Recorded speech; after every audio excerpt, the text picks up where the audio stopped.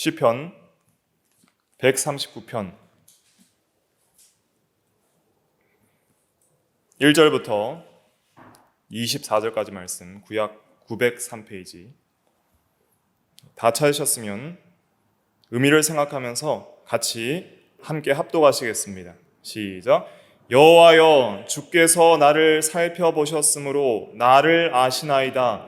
주께서 내가 앉고 일어섬을 아시고 멀리서도 나의 생각을 밝히 아시오며 나의 모든 길과 내가 눕는 것을 살펴보셨으므로 나의 모든 행위를 익히 아시오니 여호와여, 내 혀의 말을 알지 못하시는 것이 하나도 없으시니이다. 주께서 나의 앞뒤를 둘러싸시고 내게 안수하셨나이다. 이 지식이 내게 너무 기이하니 높아서 내가 능히 미치지 못하나이다. 내가 주의 영을 떠나 어디로 가며 주의 앞에서 어디로 피하리이까? 내가 하늘에 올라갈지라도 거기 계시며 스올에 내 자리를 펼지라도 거기 계시니이다. 내가 새벽 날개를 치며 바다 끝에 가서 거주할지라도 거기서도 주의 손이 나를 인도하시며 주의 오른손이 나를 붙드시리이다.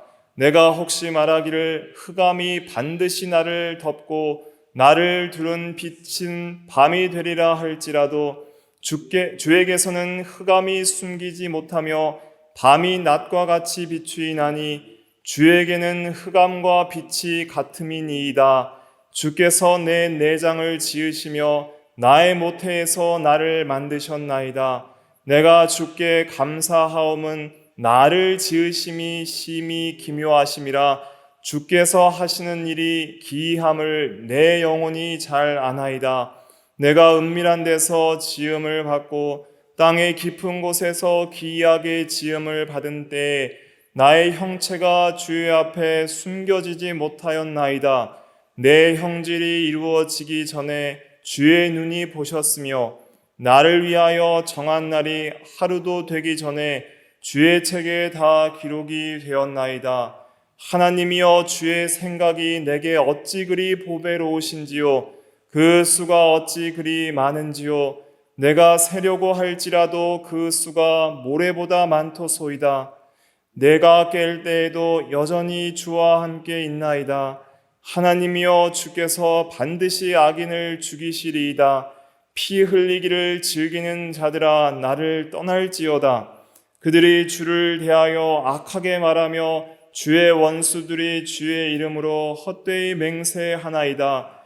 여호와여, 내가 주를 미워하는 자들을 미워하지 아니하오며 주를 치러 일어나는 자들을 미워하지 아니하나이까? 내가 그들을 심히 미워하니 그들은 나의 원수들이니이다.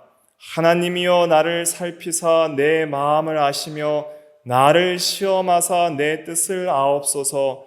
내게 무슨 악한 행위가 있나 보시고 나를 영원한 길로 인도하소서. 아멘. 네, 이 시간은 개혁교회 교리 12번째 시간으로서 신론 6번째 시간, 하나님의 속성 6번째 시간으로 제목은 모든 것을 아시는 하나님, 이런 제목으로 하나님의 말씀을 증거하겠습니다.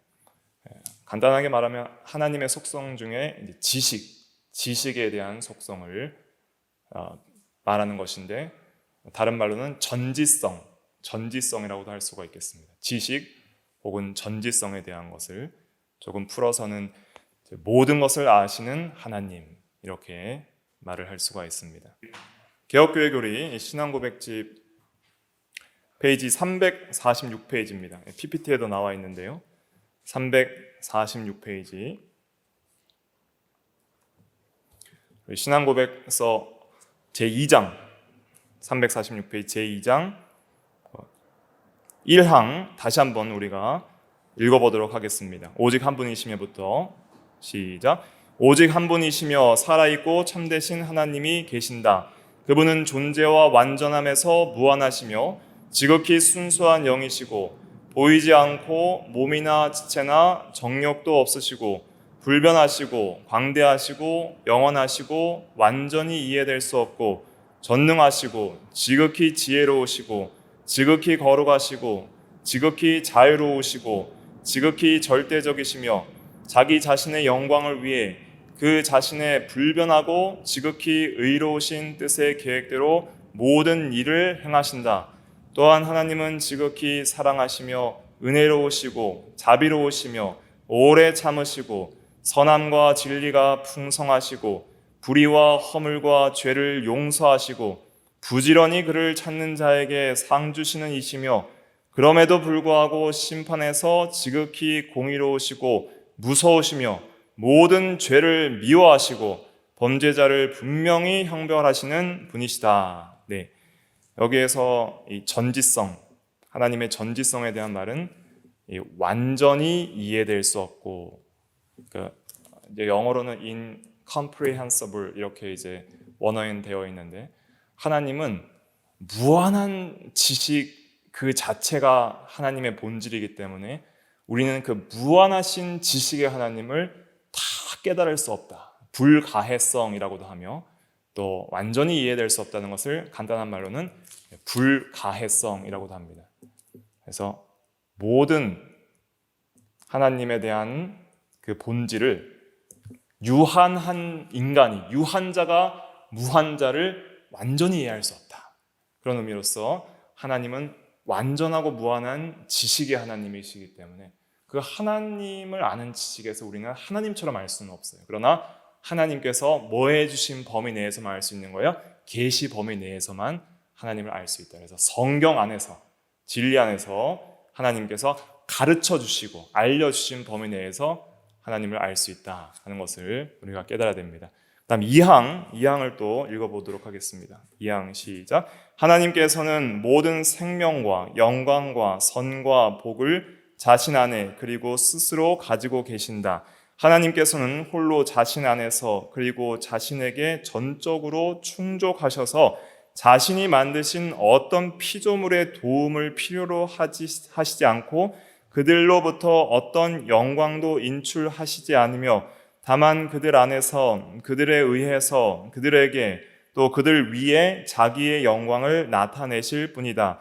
하나님은 모든 존재의 유일한 원천이 되셔서 만물이 주에게서 나오고 주를 통하여 주께로 돌아가며 그는 주권적인 지배권을 가지고 만물에 의해서 만물을 위하여 만물 위에 자기의 기뻐하는 바를 무엇이든지 행하신다.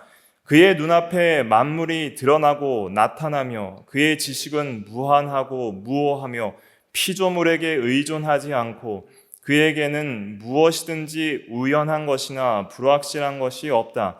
하나님께서는 그의 모든 계획들과 그의 모든 행위들과 그의 모든 명령들에 있어서 지극히 거룩하시다. 그에게는 천사들과 사람들과 다른 모든 피조물로부터 그가 요구하기를 기뻐하시는 예배, 봉사, 순종 등 무엇이든 드림이 당연하다. 네, 여기에서는 전지성에 대한 설명이 이제 그의 눈앞에 만물이 드러나고 나타나며 또 그의 지식은 무한하고 무오하며 지식의 무한성을 말하고 있죠.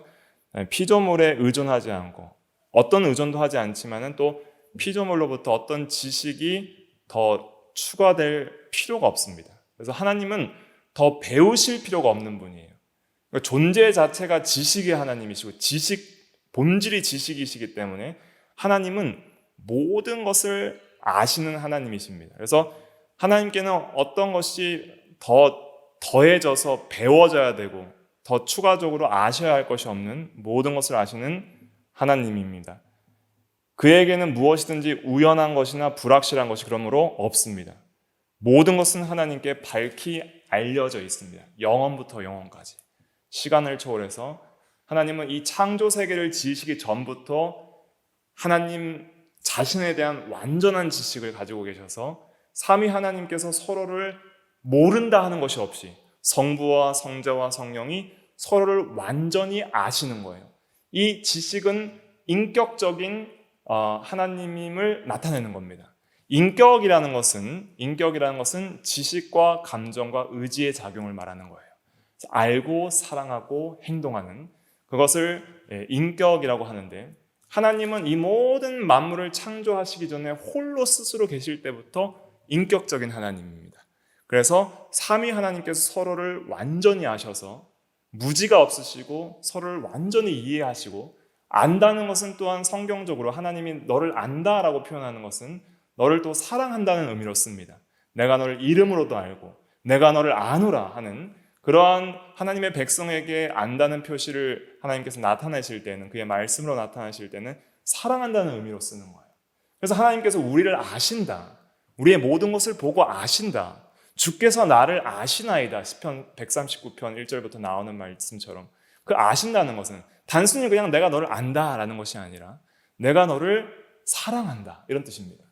그래서 하나님께서는 인격적이시기 때문에 영원 전부터 삼위가 아시고 사랑하시며, 그렇기 때문에 하나님은 본질적으로 뭐예요? 사랑이신 거예요. 그 사랑이신 하나님이 계신 거예요. 그러니까 하나님께서 출애굽기 3장 14절 말씀처럼 스스로 계신다 할 때에 하나님은 원래부터 계신 분이에요. 그런 것은 언제 안 계신 적이 있는가? 없습니다. 안 계신 적이 없고 영원부터 영원까지 원래부터 계신 분이에요. 그 하나님이 뭘로 계시는가? 지식이 계신 거예요. 사랑이 계신 거예요. 지혜가 계신 것이고 의가 계신 것이고. 그래서 하나님의 단순성이라는 이 교리를 전에도 설명을 드렸지만, 이 모든 하나님의 속성들이 있잖아요. 독립, 불변, 무한, 단일. 이 자존성, 독립성, 불변성, 무한성, 단일성. 그래서 또 보편적 공유적 속성에는 영, 지혜, 지식, 진실, 선, 사랑, 의, 거룩, 능력, 또 나머지 이런 기타 속성들이 하나님 안에서는 본질적으로 하나인데 계시 범위 내에서는 유한한 인간에게 여러 갈래로 이렇게 나누어서 설명을 해 주신 것입니다. 그래서 우리가 이해할 때에는 하나님은 계신 분인데 뭐가 계신 거예요? 사랑이 계시고, 또 오늘 전지성을 배울 때는 지식이 계신 거예요. 그러니까 하나님이란 본질이 있고, 하나님의 본질 안에 우리처럼 우리는 인간이라는 본질이 있고, 우리 인간 안에 우리가 지식이 있잖아요. 그런 게 아니에요. 하나님은 하나님 본질 자체가 지식이에요. 하나님은 지식이에요. 그래서 지식이 계신 거예요. 그러니까 지식이 계시다는 것은 하나님께란 무지한 범위가 없다는 겁니다. 또 지식이 계시다는 것은 뭔가 추상적으로 어떤 그냥 추상적 지식이 계신다 이런 것이 아니에요. 지식이 계시다는 것은 인격적인 하나님이 계시다는 뜻입니다. 사랑이 계신다는 뜻도 되는 거예요. 아시고 사랑하시는 그런 인격적 하나님이 계신다. 그 하나님께서 서로를, 삼위를 아시고 또 하나님이 사랑하는 자, 그 뜻대로 부르심을 받은 자인 우리 택한 자들을 아신다는 거예요. 그래서 우리의 모든 것을 아세요. 우리의 모든 것을 아시는 하나님, 그 하나님을 우리가 주로 섬기는 것입니다. 거기에 대한 지식이 있어야 되는 것이죠. 그러할 때 우리가 하나님을 바로 알고 섬기고 하나님을 사랑할 수도 있고 하나님을 두려워할 수도 있는 겁니다. 하나님 앞에 떨며 코람데오, 하나님 앞에서라는 뜻이잖아요, 라틴어로. 항상 하나님이 나를 보시고 나의 마음보다 더 깊은 곳을 통찰하시고 나보다 나를 더 잘 아시는 하나님이시다 하는 것을 알고 그 하나님 앞에서 항상 두렵고 떨림으로 경건한 마음으로 살아가며 혹시라도 범죄했을 때는 즉시 회개해야 함을 이 지식이라는 하나님의 속성을 통해서도 깊이 깨달아 나갈 수가 있는 것입니다. 그래서 하나님은 무한한 지식 그 자체신 거예요. 완전성, 하나님의 완전성에 의해서 하나님은 완전한 지식 그 자체이십니다. 그래서 하나님은 우리의 생각과는 다르며 우리의 모든 생각을 초월하시는 하나님이에요. 그래서 요한일서 3장 20절 말씀, 앞에 PPT 혹시 보이시나요? 예, 많이 찾아야 되기 때문에 앞에 PPT 보시고 이렇게 하시면 되겠습니다. 요한일서 3장 20절 말씀 같이 읽어볼게요. 시작. 이는 우리 마음이 혹 우리를 책망할 일이 있어도 하나님은 우리 마음보다 크시고 모든 것을 아시기 때문이라. 아멘. 이 말씀의 의미는 무엇이냐면 우리 마음에 혹시 우리를 책망할 일이 있을 수 있잖아요. 양심의 가책을 느끼고 내가 죄인이구나 하는 내 죄를 우리가 스스로 발견하는 그런 지식을 가질 때도 있습니다. 그런데 그러한 지식을 우리가 갖는다 할지라도 하나님은 우리의 마음보다 크시기 때문에 내가 깨달은 죄보다 하나님은 더 많이 아신다는 거예요. 내가 요만큼의 죄를 깨달았다면 하나님은 우리의 모든 죄를 다 보시는 거예요. 우리의 원죄와 자범죄와 전적으로 부패한 모든 성품들을 다 보시고 우리 마음보다 크시고 모든 것을 아시는 하나님 앞에서 우리는 두렵고 떨림으로 살아야 할 것을 가르치는 말씀입니다. 그래서 우리가 감히 하나님 앞에 심히 교만한 말이나 오만한 말을 해서는 안 되는 것을 또 한나의 기도인 사무엘상 2장 3절을 통해서 말을 하고 있습니다. 사무엘상 2장 3절 같이 읽어볼게요. 시작. 심히 교만한 말을 다시 하지 말 것이며 오만한 말을 너희 입에서 내지 말지어다. 여호와는 지식의 하나님이시라 행동을 달아 보시느니라. 지식의 하나님, 모든 것을 아시는 하나님이다. 아는 그 자체, 지식 그 자체이신 하나님께서 모든 것을 아시기 때문에 우리는 감히 그 하나님 앞에서 마음으로도 함부로 악한 마음을 품어서는 안 될 것이고 말로써 혼자라도 교만한 말이나 오만한 말을 내서는 안 될 것이다. 모든 행동을 다 보고 계시기 때문에 우리는 그 앞에서 떨어야 함을 깨닫게 되는 것입니다. 하나님은 먼저는 오늘은 이제 크게 두 가지 대지로 시편 139편을 중심으로 살펴볼 텐데 첫째로는 먼저는 하나님은 하나님 자신에 대해서 모든 것을 아세요. 그래서 모든 것을 아시는 하나님이라는 제목으로 오늘 말씀을 증거하는데 크게 두 가지 대지입니다. 첫째는 누구에 대해서 아시는 거예요? 자신에 대해서. 하나님 자신에 대해서 모든 것을 아시고 두 번째는 모든 피조물에 대해서 하나님께서 피조 세계에 대해서 모든 것을 아십니다. 그 피조 세계에 대해서 모든 것을 아시는 내용을 살펴볼 때 이제 오늘 읽은 시편 139편을 한 절씩 쭉 강해하면서 살펴보도록 하고 먼저는 하나님 자신에 대해서 모든 것을 아시는 그 아심에 대한 근거 구절은 먼저는 이사야 45장 22절에 보면 이 나는 하나님이라 다른 이가 없느니라 이런 말씀을 통해서 알 수 있는 거예요. 자신을 완전히 아시는 표현으로 나는 누구이다 이렇게 말씀을 하시는 거예요. 그러니까 우리는 여러분들은 자신이 누구인지 확실히 아십니까? 내가 누구인지 압니까? 내가 어떤 존재며 내 안에 어떠한 죄악이 있고 내게 베푸신 하나님의 구원의 은혜 가운데 나라는 존재가 어떤 존재인지 내 자신에 대한 지식을 우리는 사실은 많이 가지고 있지 못합니다. 우리가 하나님을 알수록 나를 아는 지식이 커지는 거예요. 피조물은 그 창조주를 알 때 비로소 나를 알게 되어 있어요. 그래서 사람의 제일 된 목적, 그것은 제네바 그린 문답에서는 하나님을 아는 것이다. 그리고 칼빈은 모든 지식 중에 하나님을 아는 지식과 자기를 아는 지식이 가장 중요하다. 그렇게 말을 했던 것이죠. 그래서 나는 하나님이라 이렇게 표현할 때는 하나님은 자신에 대해서 모든 것을 아시고 계시다는 그러한 의미로서 표현을 하는 것이고 또 중요한 근거 구절은 출애굽기 3장 14절에 보면 하나님께서 모세에게 이르시되 나는 어떤 자라고 표현했어요? 스스로 있는 자이니라 이렇게 표현을 합니다. 그래서 자기 존재의 본질과 자신이 누구신지에 대한 확실한 지식을 하나님은 가지고 있다는 거예요. 나는 누구이니라 이렇게 표현하는 것을 통해서 하나님은 자신이 누구이신지를 완전하게 아시고 있다는 것을 우리가 깨달을 수가 있는 것입니다. 그래서 우리는 하나님을 아는 지식에서 계속적으로 자라나가야 됩니다. 하나님을 아는 지식에서 가장 중요한 것은 첫째로는 하나님의 본질적 속성이에요. 그래서 오늘 또 배우는 것도 그런 것이지만 이 신론에 있어서 이 하나님을 아는 지식을 깊이 배울 때에 하나님이 누구인지를 알게 되고 하나님이 누구인지를 알게 될 때 비로소 누구를 아는 거예요? 나라는 존재를 알게 되는 거예요. 내가 하나님 앞에 어떠한 존재인지를 알게 되는 거예요. 자기 존재 인식이 생기는 거예요. 내가 얼마나 큰 죄인이고 그리고 내가 받은 구원이 얼마나 큰 은혜인지를 비로소 깨닫고 그리스도의 십자가와 부활의 그 은혜가 얼마나 큰 것인지를 하나님의 지극히 높으심과 위대하심과 탁월하심과 무한성을 알 때에 그 진노의 하나님으로부터 영원한 심판을 받아야 될 죄인의 상태가 얼마나 비참한지를 알고 그 비참한 죄인을 위하여 구속하신 참 하나님이요 참 사람이신 그리스도의 그 은혜와 사랑이 얼마나 큰지를 알게 되는 것이죠. 근데 왜 우리가 함부로 교만해지는가? 하나님이 얼마나 높으신지를 모르기 때문입니다.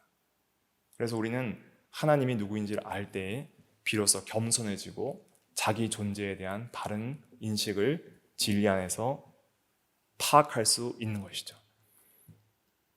그래서 우리는 하나님은 자신에 대해서 모든 것을 아시지만 우리는 너무나도 우리 자신도 모른다. 왜 우리 자신을 모르는가? 누구를 모르기 때문이에요? 하나님을 모르기 때문입니다. 하나님을 모르기 때문에 나를 모르는 거예요. 나를 모르니까 교만해지는 거예요. 그러나 하나님을 알 때에 그때 우리는 비로소 인간으로서 인간답게 살아가기 시작합니다.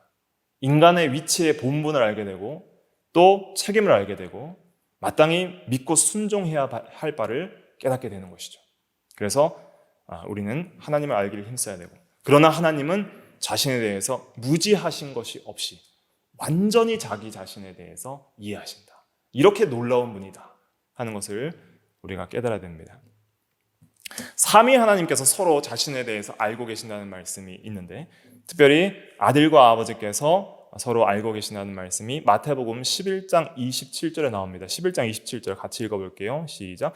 내 아버지께서 모든 것을 내게 주셨으니 아버지 외에는 아들을 아는 자가 없고 아들과 또 아들의 소원대로 계시를 받는 자 외에는 아버지를 아는 자가 없느니라. 그래서 아버지 외에는 아들을 아는 자가 없고 아들 외에는 아버지를 아는 자가 없는데 아들의 소원대로 계시를 받은 자도 어떻게 해요? 아버지를 알 수 있게 되는 거예요. 계시를 받은 자. 하나님의 말씀, 성경의 말씀을 우리가 성령을 따라서 깨닫게 되는 지혜와 계시의 영을 통하여 성령을 통하여 우리가 믿어지고 깨닫게 되는 것이 얼마나 큰 은혜인지, 그것을 깨닫게 된 이유는 뭐예요? 아들의 소원대로 계시를 주셨기 때문입니다. 하나님께서 우리에게 먼저 찾아와 주셔서 범죄하여 동산 나무에 숨어서 하나님을 피해 달아났던, 하나님을 피해 달아날 수 있다고 생각했던 그 죄인들에게 하나님께서 먼저 찾아와서 아담아 내가 어디 있느냐 물어주셨던 그 하나님께서 오늘날도 예수 그리스도 안에서 우리에게 찾아오셔서 너희가 어디에 있느냐 그러면서 우리를 불러주시는 거예요. 그때 우리는 하나님께 저항할 수 없는 은혜로 응답하며 하나님의 부르심에 응답하고 우리가 예수를 구주로 믿어 구원을 얻고 영원히 살아서 하나님을 알게 되는 거예요. 그러니까 예수를 믿는다는 것은 하나님을 알게 되었다는 뜻입니다. 전에는 알 수 없었던 그 하나님을 이젠 내가 알게 되었고 사랑하게 되었고 순종하게 되었다는 거예요. 그것이 참된 예배자의 변화한 상태입니다.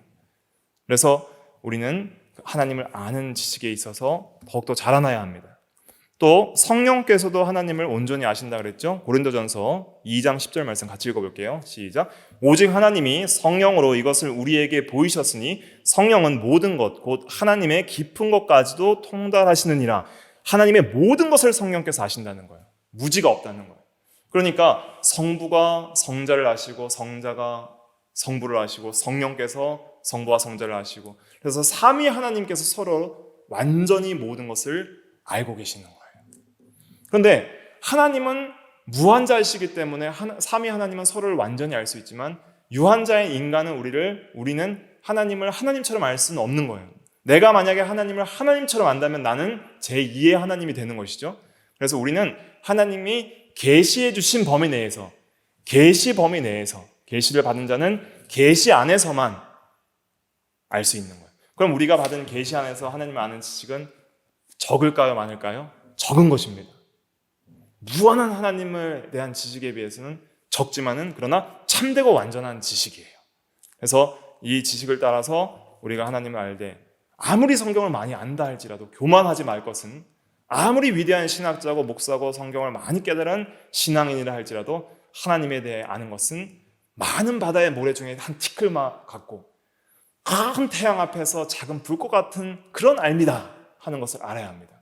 그런 하나님이 얼마나 높으시고 무한하고 영원토록 우리가 영원한 하나님의 나라에서도 알아가야 할, 영원히 알아가도 다 알 수 없는 그런 하나님임을 우리가 깨닫고 항상 겸손한 마음으로 하나님을 지속적으로 알아가기를 힘쓰는 것이, 그것이 인간의 본분이고 참된 성도의 자세고 하나님의 자녀의 바른 신앙이다 하는 것을 우리가 깨닫고 항상 교만하지 말고 겸손하게 주님의 말씀을 우리가 항상 깨닫기를 힘써 나가야 하는 것을 깨닫게 되는 것이죠.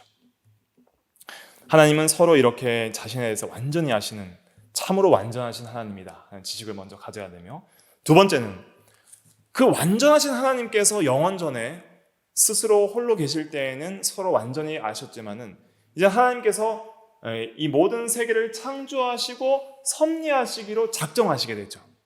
그래서 작정, 계획인데 모든 이루어질 일을 계획하신 것이 하나님의 작정, 신적 작정인데 그 작정대로 하나님께서 뭐 하시는 거예요? 창조하시고 섭리하시는 거예요. 그러면 하나님께서 다 하시고 작정한 대로 이루시고 창조하시고 섭리하시기 때문에 피조 세계에 대해서는 하나님께서 모르시는 것이 없는 거예요. 모든 것을, 그 모든 존재의 본질과 그 존재의 보존과 창조와 보존과 또 그의 시작과 진행과 끝을 다 하시는 거예요. 그것이 하나님의 전지성이고 모든 것을 아시는 하나님의 성품이다 하는 것을 깨달아야 됩니다. 그래서 피조세계에 대해서 아신다는 말씀은 시편 33편 13절부터 15절까지 한번 읽어볼까요? 시작. 여호와께서 하늘에서 굽어보사 모든 인생을 살피시며 곧 그가 거하시는 곳에서 세상의 모든 거민들을 굽어 살피시는도다.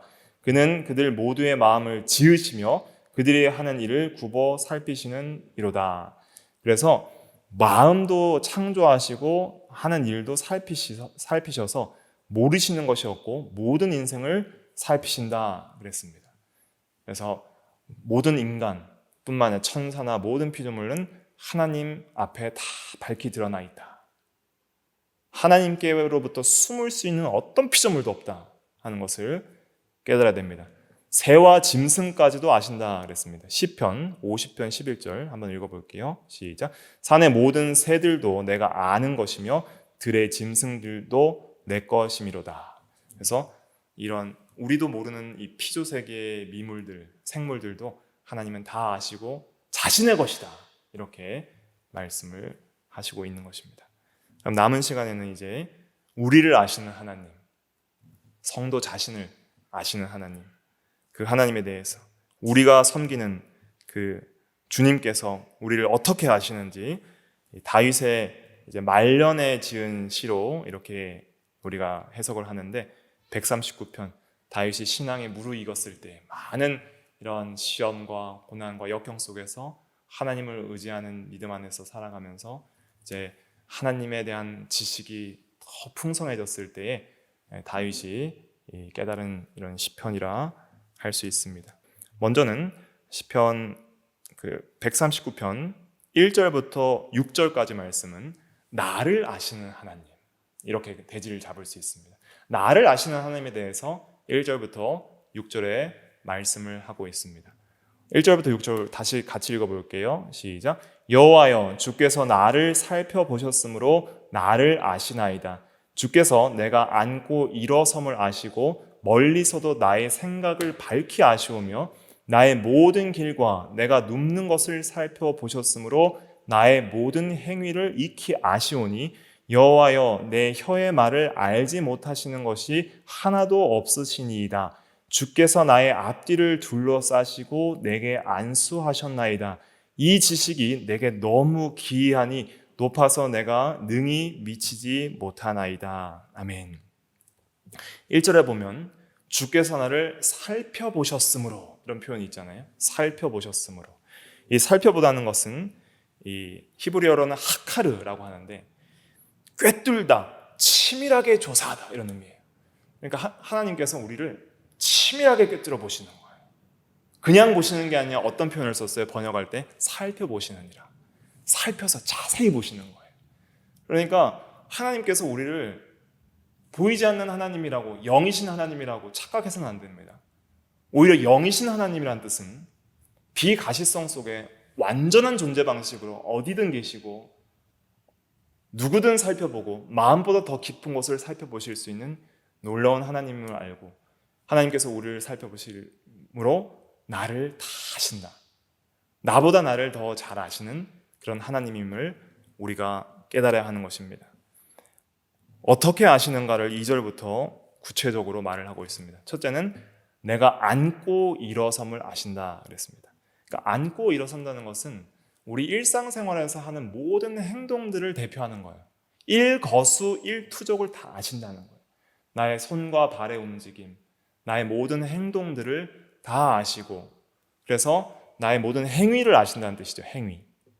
그리고 또 생각, 마음의 생각들을 멀리서도 하나님은 다 밝히 아신다 하는 것을 고백하고 있는 것입니다. 그 다음에 나의 모든 길과, 길이라는 것은 나의 어떤 삶의 인생의 방향, 또 이 길이라는 것은 자주 다니는 도로 이런 뜻입니다. 이 길은 원문의 의미는 자주 다니는 도로예요. 그러니까 우리가 이 세상을 살아갈 때 자주 행동하고 반복하는 습관적인 행동들이 있잖아요. 자주 행하는 행위들, 그리고 나의 인생의 길, 삶의 여정, 나의 앞길들을 하나님은 다 아신다는 거예요.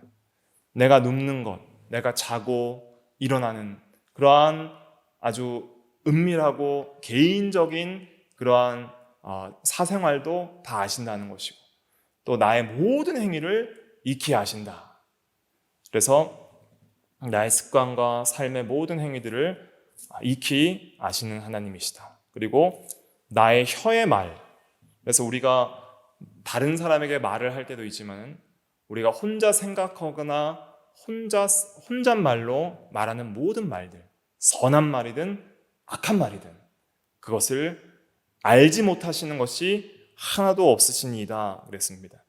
그래서 우리는 항상 이 말을 조심해야 됩니다. 마태복음 12장 36절에 보면 사람이 무슨 무익한 말을 하든지 심판날에 이에 대하여 신문을 받으리니 그랬습니다.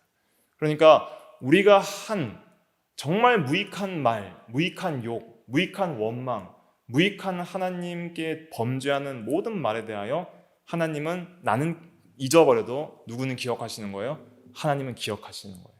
마지막 때에 반드시 신문을 받는다 그렇게 말씀하고 있습니다. 그래서 우리가 하나님을 두려워해야 됩니다.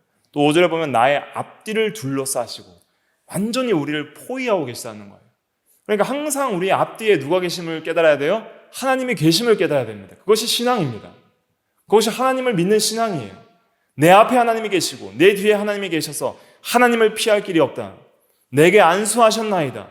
하나님의 손이 내 위에 있다는 거예요. 하나님의 손을 피할 길이 없다는 뜻입니다. 하나님의 손을 떠나 내가 어디로 가리이까? 이런 고백인 것이죠. 이 지식이 내게 너무 기이하니 높아서 내가 능히 미치지 못하나이다. 이 하나님의 전지하신 이 지식, 모든 것을 아시는 하나님에 대한 이 진리가 너무나도 기이하고 신비하고 높아서 능히 다 깨달을 수 없다. 모든 것을 아시는 하나님의 그 지식과 지혜의 부요함을 우리가 깨닫고 싶어도 다 깨달을 수 없는 무한한 하나님에 대한 지식이다 하는 것을 고백하고 찬양하는 것입니다. 로마서 11장 한번 찾아볼까요? 로마서 11장 33절. 로마서 11장 33절. 신약 256페이지. 로마서 11장 33절 다 찾으셨으면 같이 읽어보겠습니다. 33절 시작. 깊도다 하나님의 지혜와 지식의 풍성하며 그의 판단은 헤아리지 못할 것이며 그의 길은 찾지 못할 것이로다. 아멘. 그래서 너무 깊어서 하나님의 지혜와 지식은 헤아리지도 못하고 찾지도 못할 것이다. 이렇게 고백하는 바울의 고백도 우리가 우리의 고백으로 삼을 수 있어야 되겠습니다. 그래서 나를 아시는 하나님. 그래서 이 하나님에 대한 이 지식은 우리로 하여금 때로는 위로를 줍니다. 아무도 우리를 몰라줄 때에, 나조차도 나를 다 이해하지 못할 때 누구나 아시는 거예요? 하나님은 나를 아시는 거예요. 그래서 우리는 이렇게 기도할 수 있습니다. 하나님 아시지요? 하나님은 아십니다. 나의 모든 슬픔과 어려움과 역경과 고난과 모든 나의 삶의 모든 것들을 아시고 모든 것을 밝히 보시는 하나님을 의지할 수 있는 거예요. 나의 모든 것을 알아주시는 하나님께 우리는 모든 소망과 신뢰를 둘 수 있는 거예요. 그러나 또 두려워해야 됩니다. 진정한 회개의 동기, 이것이 하나님의 전지성에 있어야 되는 것이죠. 나의 모든 죄를, 내가 깨달은 죄보다 나를 더 밝히 아시고 나의 모든 죄를 아시고 나의 모든 죄악된 행위와 생각들을 보시고 잊지 않으시는 그 하나님 앞에 우리는 자신의 죄를 고백하고 예수 그리스도를 의지하여서 그의 피의 공로가 아니면 하나님 앞에 의롭다 하심을 얻을 수 없는 존재인 줄 알고 항상 하나님 앞에 회개하기를 힘쓰고 나가야 하는 것이죠. 회개의 동기가 되고 거룩한 삶의 동기가 됩니다. 우리가 일거수일투족을 해가고 생각을 할 때에도 조심하십시오. 거기엔 하나님의 불꽃 같은 눈동자가 우리를 보고 계시고 우리의 모든 생각과 행위들을 지켜보고 계십니다. 만약에 우리가 항상 CCTV가 우리를 따라다닌다면 우리는 함부로 행동하지 않을 것이잖아요. 그런데 그 CCTV보다 더 전지하신 우리의 마음보다 더 깊은 것을 아시는 그 완전한 지식의 하나님께서 우리의 마음과 생각과 삶을 통찰하고 보시고 계시니 우리는 항상 두렵고 떨림으로 그 앞에 조심하게 행해야 됩니다. 그럴 때 우리의 신앙이 자라날 수 있고 하나님을 경외하고 하나님을 믿는 신앙에 있어서 우리는 더욱더 성장할 수가 있는 것입니다. 항상 우리의 생각을 함부로 갖지 말고 하나님 앞에서 두렵고 떨림으로 경건한 마음과 거룩함으로 그렇게 가져야 할 것을 우리는 깨닫고 항상 하나님을 때로는 의지하기도 하면서 또는 두려워하여서 회개와 거룩의 기회로서 이 진리에 대한 지식을 삼아야 될 것을 우리는 깨달아야 되는 것이죠. 그 다음에 7절부터 12절까지의 말씀은 하나님의 편재성에 대해서 말을 하고 있습니다. 모든 곳에 계시는 광대하신 하나님, 그러니까 스스로 계신 하나님이라는 것은 뭐라 그랬죠? 안 계신 곳이 없는 하나님입니다. 하나님은 어디에 계세요? 하나님은 어디에 계신 분이 아닙니다. 하나님은 어디에라는 장소성을 붙일 수 있는 분이 아니라 그랬어요. 계속 이해하셔야 됩니다. 하나님은 어디에 계신 분이 아니라 어디에나 계신 분입니다. 하나님은 그냥 계신 분이에요. 모든 곳에 계신 분입니다. 이 피조세계의 물질계와 영계에도 계시지만 지옥과 천국에도 계시고 그 모든 것을 초월해서도 계시고 그러나 피조세계와는 구별되어서 지극히 거룩한 하나님으로 계시는 하나님이십니다. 그 하나님은 왜 모든 것을 아실 수 있냐면 모든 곳에 계시기 때문에 아실 수 있는 거예요. 하나님의 편재성이라는 것은, 하나님의 계심이라는 것은 어떤 피조물과 피조물의 사이보다 더 가까이 계셔요. 어떤 피조물이 가장 가까이 있는 원자와 분자와 양성자와 중성자와 같은 그런 밀접하게 이런 미시세계에서 가까이 있는 피조물의 그 사이보다 하나님은 더 가까이 계시고 모든 피조물보다 가까이 계시면서도 초월해 계시는 하나님입니다. 이것도 놀라운 하나님에 대한 초월성의 지식이면서도 이 내재성에 대한 지식인데 우리가 이 하나님이 모든 곳에 계시고 모든 곳에 전 존재로 계십니다. 항상 이걸 기억해야 됩니다. 하나님은 그의 전 존재로 모든 곳에 계십니다. 그래서 하나님은 모든 것을 아시는 거예요. 하나님이 안 계신 곳이 없고 하나님보다 가까이 있는 것이 없기 때문에 하나님은 모든 것을 다 아실 수밖에 없는 거예요. 그래서 전지성과 편재성은 또 밀접한 관계가 있는 것입니다. 그것을 생각하면서 7절부터 12절까지 같이 읽어보겠습니다. 시작. 내가 주의 영을 떠나 어디로 가며 주의 앞에서 어디로 피하리이까? 내가 하늘에 올라갈지라도 거기 계시며 스올에 내 자리를 펼지라도 거기 계시니이다. 내가 새벽 날개를 치며 바다 끝에 가서 거주할지라도 거기서도 주의 손이 나를 인도하시며 주의 오른손이 나를 붙드시리이다. 내가 혹시 말하기를 흑암이 반드시 나를 덮고 나를 두른 빛은 밤이 되리라 할지라도 주에게서는 흑암이 숨기지 못하며 밤이 낮과 같이 비추이나니 주에게는 흑암과 빛이 같음이니이다. 아멘. 내가 주의 영을 떠나 어디로 가며 주의 앞에서 어디로 피하리이까? 하나님을 피할 길이 없다는 거예요. 하늘에 올라갈지라도 우주 끝에 혹은 천국에 갈지라도 거기에 누가 계세요? 계시며 하나님이 거기 계시며 스올이라는 것은 히브리어의 발음 그대로를 말한 겁니다. 스올, 히브리어 발음 그대로 음역한 건데 이것은 여러 가지 뜻이 있습니다. 첫째는 땅속 깊은 곳. 때로는 이제 과거에 음부라고도 해석을 합니다. 그러니까 스올이나 음부는 같은 뜻인데, 이 스올은 그냥 음역, 발음 그대로를 이제 번역해서 표기한 거고, 그걸 좀 의역해서는 이제 음부라고 표현을 한 그런 이제 과거 성경도 있는데, 그 스올의 의미는 땅속 깊은 곳, 무덤, 죽은 자의 상태, 그다음에 지옥 이런 뜻이 있습니다. 그러니까 위로 높이 올라갈지라도 어디 하나님은 거기 계시며, 땅끝 가장 낮은 자리로 갈지라도, 지옥 끝까지 갈지라도 하나님은 어디에 계세요? 거기에 계신다는 거예요. 하나님을 피할 길이 없다는 뜻입니다. 수월에 내 자리를 펼지라도 거기 계시니이다. 9절에 내가 새벽 날개를 치며 바다 끝에 가서 거주할지라도, 이 새벽 날개라는 표현은 어떤 뜻이냐면 동틀 때의 그 빛을 가리키는 거예요. 그러니까 동틀 때 해가 동쪽에서 동해바다에서 탁 떠오를 때 순식간에 빛이 사방으로 확산되면서 그 빛의 속도로 바다 끝까지 가잖아요, 빛이. 그러니까 빛의 속도로, 동트는 빛의 속도로 바다 끝까지 이동할지라도 하나님께서 어디 계세요? 거기 계시는 거예요. 피할 수가 없다는 거예요. 아무리 빨리 끝에서 끝을 이동할지라도 피할 수 없다는 거예요. 거기서도 주의 손이 나를 인도하시며 주의 오른손이 나를 붙드시리이다.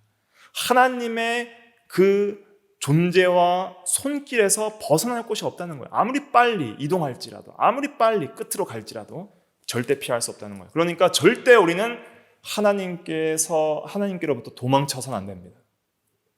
하나님께로부터 도망칠 수 있는 어떤 존재도 없는 거예요. 그러니까 우리는 어떻게 해야 돼요? 하나님께 피해야 되는 거예요. 우리의 피난처여 반석이시여 구원이신 하나님께 우리가 피해야지, 하나님을 피해 도망할 수 있는 자는 없고, 그렇게 피해서 도망할 때의 마지막은 멸망입니다. 그러니까 언제나 우리는 하나님께 피하고, 그리고 구원받은 성도들은 성도의 견인교리에 의해서 하나님이 절대 우리를 버리지 않기 때문에 절대 우리는 하나님을 피할 수가 없습니다. 그러니까 빨리 돌이키고 하나님께로 돌아가는 것이, 그것이 더 큰 은혜와 생명을 얻는 길이라 하는 것을 깨달아야 하는 것이죠. 때로는 우리가 흑암을 만날 때도 있습니다. 흑암은 첫째로는 고난, 역경, 어려움 이런 걸 상징하는 거예요. 내가 혹시 말하기를 흑암이 반드시 나를 덮고 나를 두른 빛, 빛은 지식, 의, 생명, 기쁨, 소망 이런 걸 상징하는 거예요. 그 빛은 밤이 되리라 할지라도 이 고난과 역경 속에서 더 이상 빛을 잃어버린 그 상태, 그때라도 하나님은 어디에 계세요? 우리와 함께 계신다는 거예요. 우리 안에 계세요. 하나님이 나를 잊으셨는가? 하나님이 나를 떠났는가? 하나님이 나와 함께 하시지 않는가? 그때에도 하나님은 우리와 함께 하시는 거예요. 왜냐하면 주에게는 흑암이 숨기지 못하며 밤이 낮과 같이 비추나니 주에게는 흑암과 빛이 같음이니이다. 주에게는, 하나님은 흑암도 창조하고 빛도 창조하신 분이기 때문에 하나님은 어떤 곳에서도 어떤 흑암도 하나님을 숨길 수가 없는 거예요. 하나님은 모든 것을 밝히보시는 빛이에요. 요한 1서 1장 5절에 하나님은 뭐라 그랬어요? 빛이시라.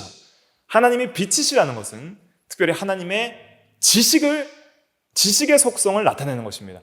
빛은 지식, 생명, 의, 기쁨 이런 것을 상징하는 상징적 용어예요. 그래서 하나님께서 첫째 날 빛을 창조하셨을 때에 왜 빛을 창조하셨냐면 하나님의 빛 되심을 알게 하시는 하나님의 하나의 계시 방식이에요.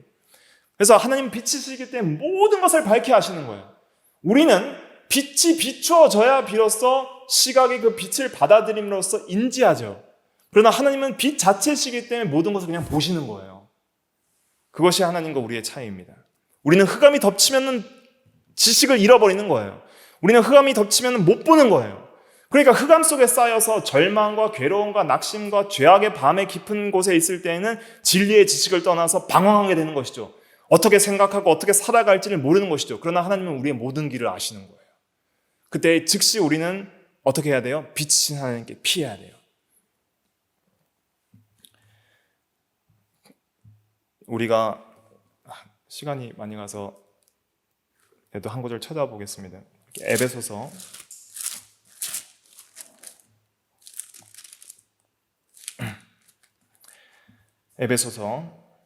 5장 14절, 신약 315페이지 같이 읽어볼게요. 시작. 그러므로 이르시기를 잠자는 자여 깨어서 죽은 자들 가운데서 일어나라. 그리스도께서 너에게 비추이시리라 하셨느니라. 아멘. 빛에 대해서 이제 8절부터 너희가 전에는 어둠이었더니 이제는 주 안에서 빛이라 빛의 자녀들처럼 행하라 하시면서 이제 잠자는 자를 깨어 죽은 자 가운데서 일어나라 흑암 가운데 일어나라 그리스도께서 너희에게 비추시니라 빛 가운데로 나아가라는 거예요. 세상에 비추신 그리스도께로 나아가서 참된 지식을 얻으라 생명을 얻으라 참된 영원한 생명과 기쁨과 또 완전한 의를 얻으라 또 그리고 빛 가운데로 착함과 의로움과 진실함으로 행하라 이러한 명령을 또 우리에게 주십니다. 그래서 우리가 이 하나님의 항상 함께 계심을 알고 우리가 빛 가운데로 나가는 우리가 되어야 되겠습니다. 그리고 이제 다음에는 이제 13절부터 16절 그것은 이제 창조주의시기 때문에 우리의 모든 것을 아신다 하는 내용을 말을 하고 있습니다. 하나님이 우리를 만드셨기 때문에 창조주의시기 때문에 우리를 다 아실 수밖에 없는 거예요. 그것을 13절부터 16절까지 말하고 있습니다. 전지성과 창조주에 대한 그런 말씀 13절부터 16절 같이 읽어볼게요. 시작. 주께서 내 내장을 지으시며 나의 모태에서 나를 만드셨나이다. 내가 주께 감사함은 나를 지으심이 심히 기묘하심이라. 주께서 하시는 일이 기이함을 내 영혼이 잘 아나이다. 내가 은밀한 데서 지음을 받고 땅의 깊은 곳에서 기이하게 지음을 받은 때에 나의 형체가 주의 앞에서 숨겨지지 못하였나이다. 내 형질이 이루어지기 전에 주의 눈이 보셨으며 나를 위하여 정한 날이 하루도 되기 전에 주의 책에 다 기록이 되었나이다. 아멘. 오늘날은 우리가 초음파나 이런 것들을 통해서 아이가 자라나는 그러한 것들을 사진으로 찍을 수 있지만 과거에는 그런 것이 없을 때에는 어머니 뱃속에 지음을 받을 때는 그것은 어디예요? 은밀한 곳이에요. 흑암 속이에요. 아무도 어떻게 지어지는지 모르는 거예요. 그때 누구는 아시는 거예요? 하나님은 아시는 거예요. 땅의 깊은 곳에서 은밀한 데서 지음을 받고 15절에 은밀한 데서 지음을 받고 자궁이죠. 땅의 깊은 곳도 자궁을 상징하는 거예요. 기이하게 지음을 받은 때에 나의 형체가 주의 앞에 숨겨지지 못하고 다 밝히 주님께서 보셨다는 거예요. 형질이 이루어지기 전에 주의 눈이 보셨으며 나를 위하여 정한 날이 하루도 되기 전에 태아가 이 착상을 해서 하루도 되기 전에 주의 책에 다 우리의 일거수일투족이 다 기록이 되었다 하는 것을 통해서 우리를 만드실 때 나도 나에 대한 존재인식이 없을 때 하나님은 내 내장을 지으시고 모태에서 나를 만드시고 나를 다 아시는 분이시구나. 그런 놀라운 하나님이 나의 아버지고 나의 주시다 하는 것을 우리가 깨닫고 경외해야 하는 것이죠. 그 다음에 모든 것을 아시는 하나님을 찬양하는 것이 이제 17절과 18절입니다. 이게 우리의 찬양이 되어야 됩니다. 17절과 18절 같이 읽어볼게요. 시작. 하나님이여 주의 생각이 내게 어찌 그리 보배로우신지요 그의 수가 어찌 그리 많은지요 내가 세려고 할지라도 그 수가 모래보다 많도소이다. 내가 깰 때에도 여전히 주와 함께 있나이다. 이것은 하나님이 나를 아시고 사랑하시고 나를 너무 사랑하셔서 내게 주신 은혜들을 생각하면서 너무나도 보배롭고 너무나도 많은 그의 생각과 지혜와 지식에 따른 그 은혜들을 감사하면서 찬양하는 거예요. 그리고 얼마나 나를 아시는 그 하나님의 전지함을 찬양하면서 하나님의 지식을 세려고 할지라도 모래보다 많은 그 지식을 도저히 내가 알 수가 없나이다 하면서 찬양하면서 내가 자고 잘 때 나는 나에 대한 생각을 잊을 때가 있잖아요. 잘 때에는 나는 나를 잊지만은 깨보니까 깰 때에도 여전히 나도 나를 잊고 잘 때에도 여전히 누구는 나와 함께 계셨어요? 주는 나와 함께 계셨다는 거예요. 꿈속에서도 내가 잘 때에도 깨고 보니까 주는 나와 여전히 함께 계시군요 하는 고백을 18절에 하고 있는 것입니다. 그 다음에 19절은 이제 전지성과 심판주에 대한 것인데 19절만 같이 읽어볼게요. 19절 시작. 하나님이여 주께서 반드시 악인을 죽이시리이다. 피 흘리기를 즐기는 자들아 나를 떠날지어다. 하나님은 악인들의 행위를 반드시 아시기 때문에 반드시 악한 자들은 심판하실 것을 이제는 19절부터 20절, 22절까지 말을 하고 있습니다. 그래서 우리가 원수 갚지 말라. 원수 갚는 것은 내게 있으니 내가 갚으리라. 공의로 심판하시는 주께 맡기라 하는 그런 말씀대로 우리가 악인들은 반드시 심판받을 줄 알고 심판을 주께 맡기고 또 반드시 선악간에 그리스도의 심판대 앞에 나타나서 우리가 행한 대로 받을 것을 우리가 깨달으면서 우리도 하나님 앞에 항상 바르게 행동하도록 힘을 써야 하는 것이죠. 마지막은 간구입니다. 23절부터 24절 우리의 이제 간구가 되어야 되는데 다윗의 간구인데 같이 읽어볼게요. 시작. 하나님이여 나를 살피사 내 마음을 아시며 나를 시험하사 내 뜻을 아옵소서. 내게 무슨 악한 행위가 있나 보시고 나를 영원한 길로 인도하소서. 이 구절을 잘 해석해야 되는데 잘 보세요. 하나님이여 나를 살피사 내 마음을 아시며 나를 시험하사 내 뜻을 아옵소서. 나를 알아달라고 부탁을 하고 있잖아요. 근데 하나님은 다 아세요? 모르세요? 아세요. 모든 것을 아시는 하나님께 나를 좀 알아주세요라고 하는 기도는 어떤 의미냐면 나를 알아주셔서 나도 나를 깨닫게 해달라 그런 의미입니다. 나도 나를 모르기 때문에 나를 아시며 나를 살피시고 나를 시험해 주셔서 나를 살피시고 내 마음을 아시며 나를 시험해 주셔서 나의 뜻을 아셔서 나도 나의 마음을 살피고 하나님 안에서 나의 뜻을 시험하고 알도록 그렇게 해주사 내게 무슨 악한 행위가 있나 깨닫게 해달라는 거예요. 나의 죄를 깨달을 수가 없으니 하나님을 아는 지식을 가짐으로 말미암아 하나님 안에서 나를 알게 하옵시고 내게 무슨 악한 행위가 있나 보시고 회개케 하시며 돌이켜서 나를 영원한 길로 인도하소서. 영원한 길은 생명길을 가리키는 것입니다. 생명길이 영생의 길이고 또 의의 길이 또 생명길인 것이죠. 그래서 의의 길, 생명길로 영원한 길로 나를 인도해달라. 이것이 이제 우리의 간구가 되어야 되는 것이죠. 그래서 하나님이여 나를 살피사 나의 마음을 아시며 나를 시험하사 내 뜻을 아옵소서. 이것이 우리의 기도가 되어야 되는 것입니다. 그래서 나의 죄악과 악한 행위들이 있나 보시고 알려주옵소서. 내가 깨닫게 해달라는 뜻이에요. 그래서 내가 깨닫고 돌이켜서 영원한 길, 생명길, 의의 길로 갈 수 있도록 인도해 주셔서. 이런 고백입니다. 마지막 적용, 그러면 우리는 어떻게 살아야 하는가? 이제 한번 읽어볼게요. 첫째, 우리는 하나님에 대한 지식에 있어서 자라야 합니다. 자라가야 됩니다. 하나님에 대한 지식을 무한히 알아가도록, 영원히 알아가도록 노력해야 됩니다. 그다음에 우리는 지식의 하나님에 대한 절대 의존적 마음, 경외심, 항상 우리가 하나님께 피하고 하나님을 의존하고 경외하는 마음, 두려웠고 떨리는 마음으로 살아가야 되고, 또 하나님이 항상 나를 보신다는 인식이 있어야 됩니다. 항상 하나님이 나를 살펴보신다. 자세히 꿰뚫어 보신다. 그리고 나의 마음을 살펴서 영원한 길로 가게 해달라고 항상 간구하면서 의지해야 됩니다. 그래서 우리가 우리 죄를 우리 스스로 깨달을 수가 없어요.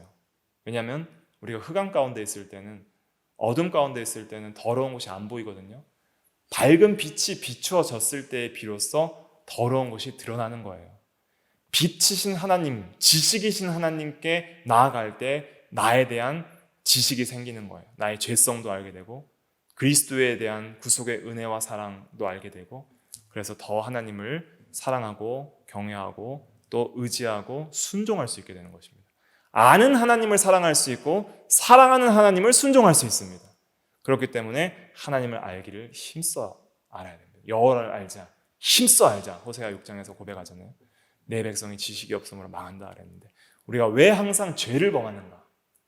왜 항상 죄를 지으면서도 양심에 가책이 없는가? 하나님이 누구신지 모르기 때문입니다. 그 놀라운 하나님께서 모든 곳에 계시고 우리를 보고 계신다고 생각을 해보세요. 그러면 우리는 감히 하나님께 함부로 죄를 지을 수가 없는 것이죠.